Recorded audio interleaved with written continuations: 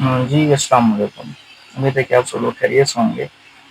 जैसे कि हमने पिछले टॉपिक में पढ़ा था कि गैसेस एक्सचेंज इन प्लांट्स, और हमने उसमें देखा था कि उनके पास कोई भी कॉम्प्लेक्स सिस्टम नहीं होता है गैसेस एक्सचेंज करने का। ठीक है, उसके बाद हमारे पास आता है गैसेस एक्सचेंज इन ह्यूमन्स। ठीक है, हम इंसानों में एक कॉम्प्लेक्स मतलब कि सिस्टम होता है गैसेस एक्सचेंज का, जिसे हम मतलब कि रेस्पिरेटरी सिस्टम कहते हैं। ठीक है, जो रेस्पिरेटरी सिस्टम होता है उसके दो मतलब कि मेन हिस्से होते हैं। पहला हिस्सा मतलब कि जिसमें से हवा गुजर के जाती है। ठीक है, उसको हम एयर पैसेज कहते हैं, और इसका जो एंड पे दूसरा हिस्सा है उसको हम लंग्स कहते हैं। ठीक है, ये दो मतलब के मेन पार्ट हैं हमारे रेस्पिरेटरी सिस्टम के। तो इन दो पार्ट्स में जो जो चीज़ें भी इन्वॉल्व होती हैं फिर हम उनको तरतीब से देखेंगे। अब हमारे पास पहला है कि एयर पैसेज वे। ठीक है, मतलब कि हवा के गुजरने का रास्ता। ठीक है, तो वो मतलब कि तरतीब से अगर हम पढ़ें तो उसमें पहले पहले हमारे पास नॉस्टल्स आती हैं। ठीक है, नथने। ठीक है, हमारे नाक के मतलब कि जो बेरी मुंह अपना वो है ना ओपनिंग्स हैं। ठीक है, उन्हें हम नॉस्टल्स कहते हैं। उनके बाद हमारे पास फेरिंग्स आता है। फेरिंग्स के बाद हमारे पास लेरिंग्स। लेरिंग्स के बाद हमारे पास ट्रैकिया। ट्रैकिया के बाद ब्रोंकाई। ब्रोंकाई के बाद ओल्विलर डक्ट। तो लास्ट में हमारे पास एल्वियोलाई आता है। ठीक है, अब इन तमाम हिस्सों को हम अलग-अलग तफसील से देखेंगे कि मतलब कि इनमें क्या-क्या चीज़ें होती हैं। ठीक है, पहला है हमारे पास नॉस्ट्रिल्स। ठीक है, नथने जो हमारी होती है नाक की। वो कह रहे हैं कि ओपनिंग ऑफ नोज़। ठीक है, जहाँ पे मतलब कि हमारा नोज़ ओपन हो रहा है तो उन जगहों को हम नॉस्ट्रिल्स कहते हैं।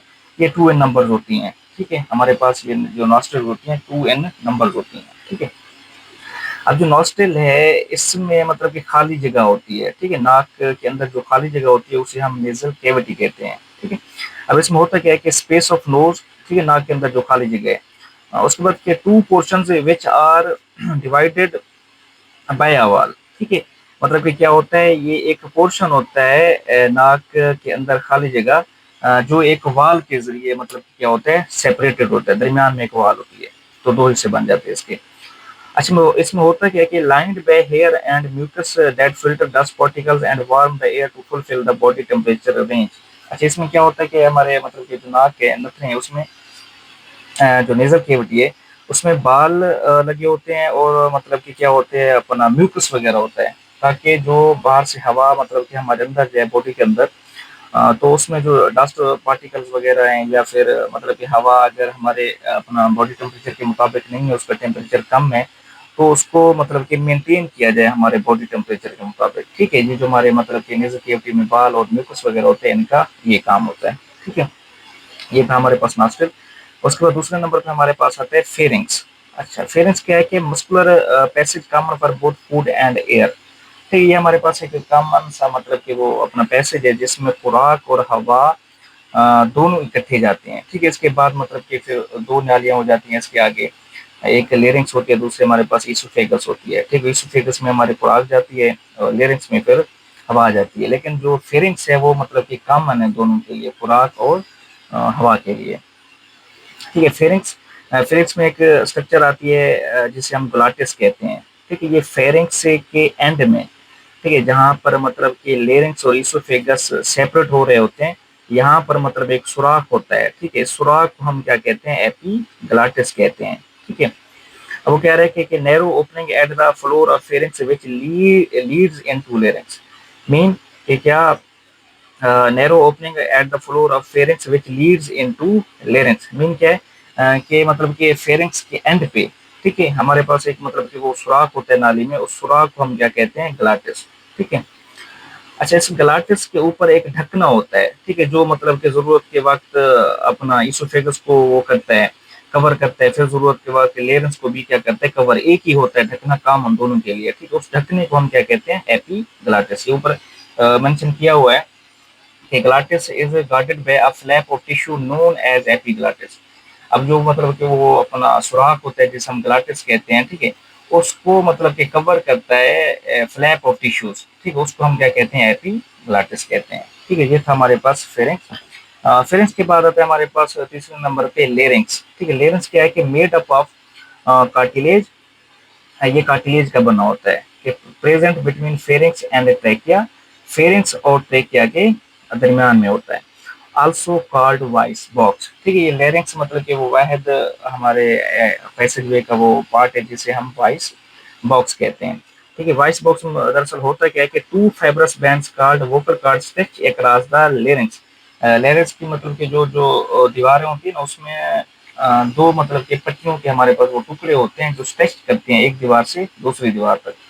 ठीक है, उनको हम क्या कहते हैं, वोकल कार्ड्स कहते हैं। ठीक है, अब इनका काम क्या है कि produce sound after vibrations of vocal cords by air.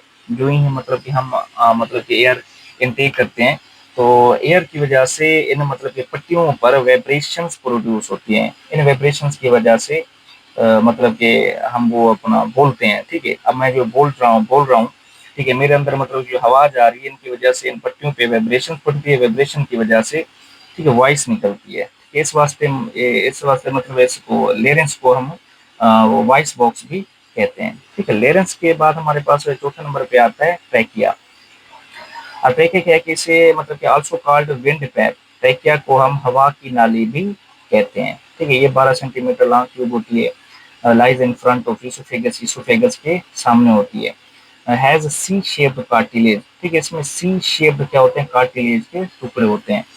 अच्छा, इनका फायदा क्या है कि ये जो सी शेप अपना वो होते हैं कार्टिलेज होते हैं, ये प्रिवेंट फ्रॉम कोलैप्स। ठीक है, अगर मतलब कि हवा तो हमारे पास मतलब को हम 24 घंटे वो करते हैं ना, इनटेक करते हैं एयर को। अगर खुदा न खासा किसी मतलब के मल्ले में हम हवा इनटेक नहीं कर पाते तो ये जो सी शेप्ड मतलब के कार्टिलेज हैं ये जो ट्रैक है इसको कोलैप्स करने से बचाते हैं ताकि ये आपस में मिल ना जाए। ठीक है, ये था हमारे पास ट्रैकिया। उसके बाद आता है हमारे पास 5वें नंबर पे ब्रोंकाई। अब ब्रोंकाई क्या है कि trachea divides into two smaller tubes. ये जो ट्रैकिया होता है जो ही हमारी चेस्ट मतलब की कैविटी में एंटर होता है तो ये दो छोटी ट्यूब्स में डिवाइड हो जाता है। ठीक है, हैव कार्टिलेजिनस प्लेट्स। मतलब ये जो अपना ब्रोंकाई है इसमें भी कार्टिलेजिनस प्लेट होती हैं। Each tubule is called bronchus. ठीक है, ब्रोंकाई दो ट्यूब्यूल्स को कहते हैं, उनमें से अगर किसी एक ट्यूब को हम मेंशन करें तो एक ट्यूब को हम ब्रोंकस कहते हैं। ठीक है, अभी ब्रोंकस होता क्या है कि मतलब कि फाइन ट्यूब्स होती हैं, ये narrow tubes lose the cartilage, इनमें कार्टिलेज क्या हो जाता है, खत्म हो जाता है। ठीक है, इसके बाद हमारे पास ब्रोंकस के बाद आता है अल्वियोलर डक्ट। ठीक है, bronchioles and as fine tubules known as alveolar duct. ठीक है, ये जो हमारे पास मतलब कि वो हमने पढ़ा है ब्रोंक्यूल्स। ठीक है, ब्रोंक्यूल्स मतलब कि एंड पे फाइन ट्यूब्यूल्स बनाते हैं जिन्हें हम एल्वियोलर डक्ट कहते हैं। ठीक है, एल्वियोलर डक्ट के बाद हमारे पास मतलब कि मेन कंपोनेंट आता है हमारे एयर पैसेजवे का, जिसे हम एल्वियोलाई कहते हैं। ठीक है, एल्वियोलाई हमारे पास ये जो अपना लंग्स है उनका एक स्ट्रक्चरल और फंक्शनल यूनिट है। ठीक है, यही मतलब कि वो पॉइंट है जहाँ पर कार्बन डाइऑक्साइड और ऑक्सीजन का क्या होता है, तबादला होता है। ठीक है, इसमें पढ़ते हैं कि में होता क्या है कि each alveolar duct opens into a cluster of pouches known as alveoli. ठीक है, ऐसा इसमें अब वो कह रहे हैं कि जो एल्वियोलर डक्ट होता है वो ओपन होता है क्लस्टर ऑफ पाउचेस में। ठीक है, मतलब छोटे छोटे क्या होते हैं, थैलियां होती हैं, पाउचेस होते हैं। उन पाउचेस या थैलियों को हम एल्वियोलाई कहते हैं। ठीक है, प्रोवाइड रेस्पिरेटरी सरफेस। मतलब कि ये रेस्पिरेटरी सरफेस मतलब कि वो करते हैं, प्रोवाइड करते हैं सरफेस मीन के तमाम की तमाम जो भी गैसेस हमारे मतलब कि लंग्स में एंटर होती हैं उन तमाम का जो मतलब कि एक्सचेंज है वो इसी पे होता है, एल्वियोलाई पे। Lined by a single layer of epithelial cells. ठीक है, इसमें एपिथेलियल सेल्स की एक सिंगल लेयर होती है, कवर किया होता है उसने। उसके बाद है कि कंटेन्स नेटवर्क ऑफ कैपिलरीज। ठीक है, इस पर मतलब कि जो एल्वियोलाई होते हैं इन पर कैपिलरीज का मतलब एक नेटवर्क होता है।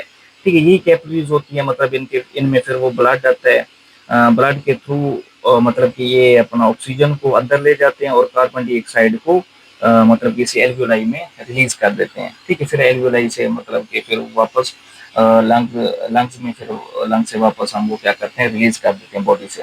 ठीक है, ये एक मतलब हमारे पास एल्वियोलाई है। ठीक है, ये देखें मतलब एक वो है अपना ये पाउच है, पाउच बनी हुई है। ठीक है, ये मतलब कि इसमें क्या है, ये कैपिलरीज ने कवर किया हुआ है सारा का सारा। ये जो मतलब ये शो कर रहा है ये सारे के सारे एपिथेलियल सेल्स हैं। ठीक है, ये हमारे पास एक एल्वियोलाई है।